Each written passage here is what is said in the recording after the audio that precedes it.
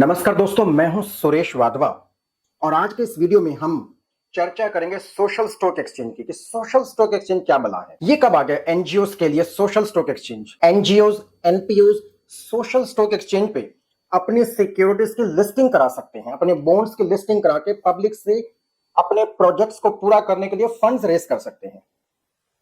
तो इस वीडियो अगर मैं मीडिया रिपोर्ट्स की मानूं तो अगले हफ्ते हमारे देश का सबसे पहला NGO Bombay stock exchange national stock exchange का जो सेगमेंट है सोशल स्टॉक एक्सचेंज पे लिस्ट हो जाएगा।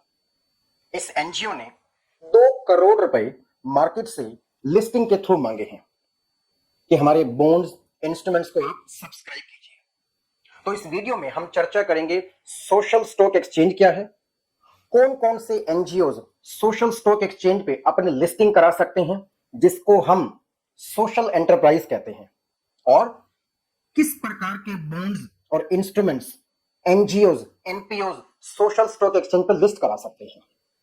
तो इस वीडियो के 3 हिस्से हैं। सबसे पहला पॉइंट, सोशल स्टॉक एक्सचेंज क्या है।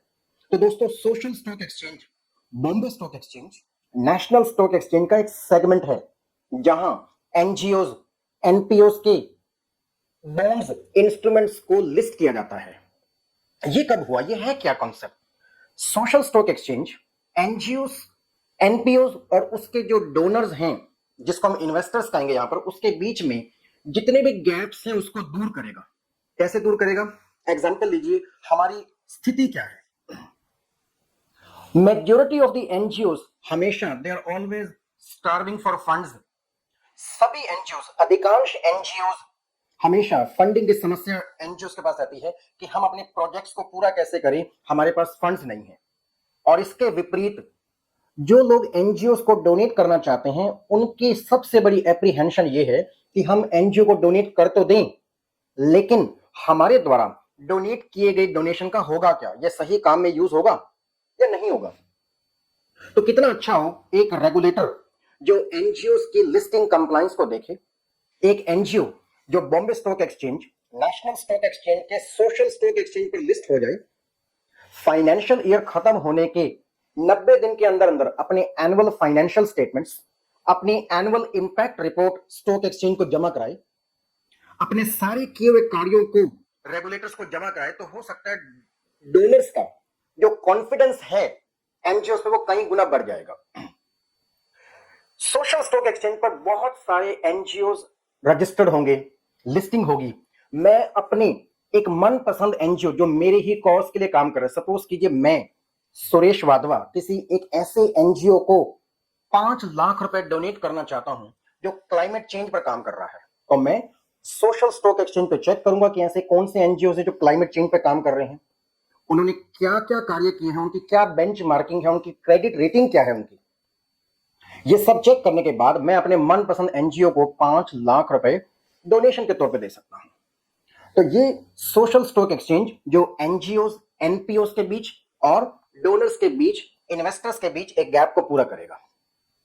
आइए अब चर्चा करते हैं कौन कौन से एनजीओ या एनपीओ सोशल स्टॉक एक्सचेंज पे अपना रजिस्ट्रेशन करा लेते हैं, करवा सकते हैं। तो कोई भी एनपीओ, कोई भी एनजीओ अगर सोशल स्टॉक एक्सचेंज पर अपना रजिस्ट्रेशन करवा लेता है तो इस प्रकार के एनजीओ को, एनपीओ को हम सोशल एंटरप्राइज कहें। यदि सोशल स्टॉक एक्सचेंज पर रजिस्टर होना है तो उसे क्या क्या कंडीशन पूरी करनी पड़ेगी, जिसके बाद इसे सोशल एंटरप्राइज कहा जाएगा। तो सबसे पहले एक एनपीओ या तो ट्रस्ट, सोसाइटी या सेक्शन 8 कंपनी हो सकता है। नंबर 2, एनजीओ को, एनपीओ को इनकॉर्पोरेट हुए कम से कम 3 साल हो चुके हैं। आपके पास 3 साल का अनुभव होना बेहद जरूरी है। नंबर 3, आपके पास दर्पण रजिस्ट्रेशन है। नंबर 4, आपके पास इनकम टैक्स डिपार्टमेंट का ग्रांट किया हुआ फाइनल 12AB और 80G का रजिस्ट्रेशन सर्टिफिकेट है। आपने पिछले सालों में 50 लाख रुपए आपने खर्च किए हैं अपनी चैरिटेबल एक्टिविटीज पर। पिछले साल आपको कम से कम 10 लाख रुपए की फंडिंग मिली है। आपका जो एनपीओ है ये एलिजिबल एक्टिविटीज में काम कर रहा है। देखिए, चैरिटेबल एक्टिविटीज हजारों प्रकार की हो सकती हैं, लेकिन हमारी गवर्नमेंट कुछ एक स्पेसिफाइड चैरिटेबल एक्टिविटीज को ही प्रमोट करती है, जैसे कि एजुकेशन को प्रमोट करना, मेडिकल फैसिलिटीज को प्रमोट करना, स्पोर्ट्स को प्रमोट करना, गर्ल्स एम्पावरमेंट को प्रमोट करना। तो ये वही एक्टिविटीज हैं जो सीएसआर की सेक्शन 135 में चिन्हित हैं, या मैं यूं कहूं ये वही एक्टिविटीज हैं जो यूनाइटेड नेशन के सस्टेनेबल डेवलपमेंट गोल्स में लिखी हुई हैं। तो इस प्रकार की एक्टिविटीज में आपका एनजीओ होना चाहिए। और पिछले 3 सालों में जब भी आपने चैरिटेबल एक्टिविटीज की, जो भी आपने एक्टिविटीज की, उसका कम से कम 67% आपकी इसी एलिजिबल एक्टिविटीज में ही डेडिकेट होना चाहिए। तो अगर आपका एनजीओ ये सारी शर्तें पूरी करता है तो आप सोशल स्टॉक एक्सचेंज पर अपने एनजीओ को रजिस्टर करवाने की सोच सकते हैं।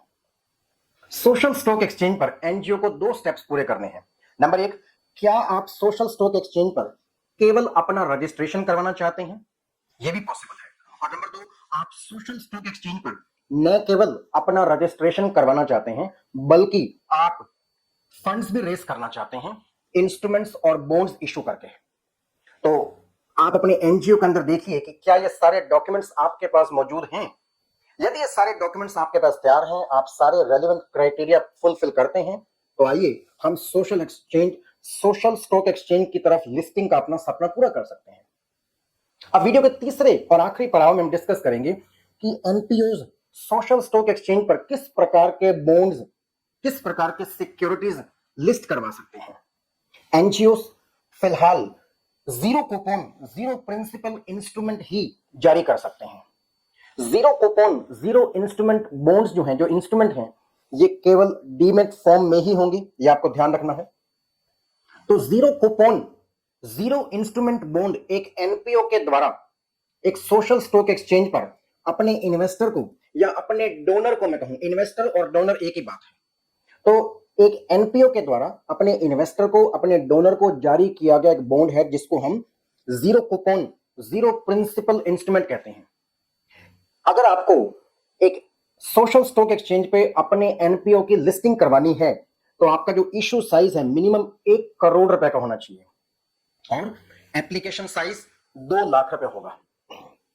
सवाल ये उठता है कि एनजीओस को जब सोशल स्टॉक एक्सचेंज पर अपने बॉन्ड्स की, इंस्ट्रूमेंट की लिस्टिंग करानी है तो क्या यहां भी एक मर्चेंट बैंकर चाहिए आपको? जी बिल्कुल भी नहीं। एनजीओस को सोशल स्टॉक एक्सचेंज पर अपने बॉन्ड्स की लिस्टिंग कराने के लिए किसी प्रकार के मर्चेंट बैंकर की जरूरत नहीं है। हाँ, जिस प्रकार से आईपीओस में पहले red herring prospectus, draft document submit होते हैं स्टॉक एक्सचेंज को, यहां भी आपको fund raising draft documents, fund raising final document social stock exchange को आपको सबमिट करना है। तो इस प्रकार से आप सारे क्राइटेरिया को पूरे करते हुए अपने एनजीओ को सोशल स्टॉक एक्सचेंज पर लिस्ट करवा लेंगे।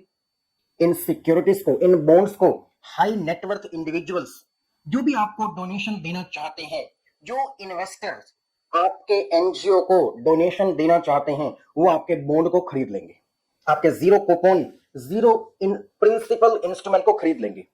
आखिरी में ये जो 0 कूपन 0 प्रिंसिपल जो आपको, ये जो बॉन्ड्स आपको जो पैसा मिला है, ये आपके हाथ में क्या है? आप एक एनपीओ हैं, आपके हाथ में यह केवल ग्रांट है। और जो इन्वेस्टर जिसने आपके 0 कूपन 0 प्रिंसिपल बॉन्ड को खरीदा है, उसके लिए क्या है? उसके लिए एक डोनेशन है। तो 0 कूपन 0 प्रिंसिपल इंस्ट्रूमेंट के अलावा आप स्टॉक एक्सचेंज पर, सोशल स्टॉक एक्सचेंज पर डेवलपमेंट इंपैक्ट बॉन्ड भी आप भविष्य में जारी कर पाएंगे। तो ये छोटी सी जानकारी इस वीडियो में सोशल स्टॉक एक्सचेंज, कौन कौन लोग इसके लिए एलिजिबल हैं, कौन कौन से एनजीओस और किस प्रकार के सिक्योरिटीज की आपको लिस्टिंग करानी है, कैसे अब आप पब्लिक एट लार्ज से फंड्स रेस करके अपने चैरिटेबल ऑब्जेक्टिव्स को पूरा कर सकते हैं। तो मैं समझता हूं ये वीडियो सचमुच में आपके बेहद काम आएगा। किसी भी और डाउट के लिए मुझे जरूर लिखें। Thank you so much. Thank you.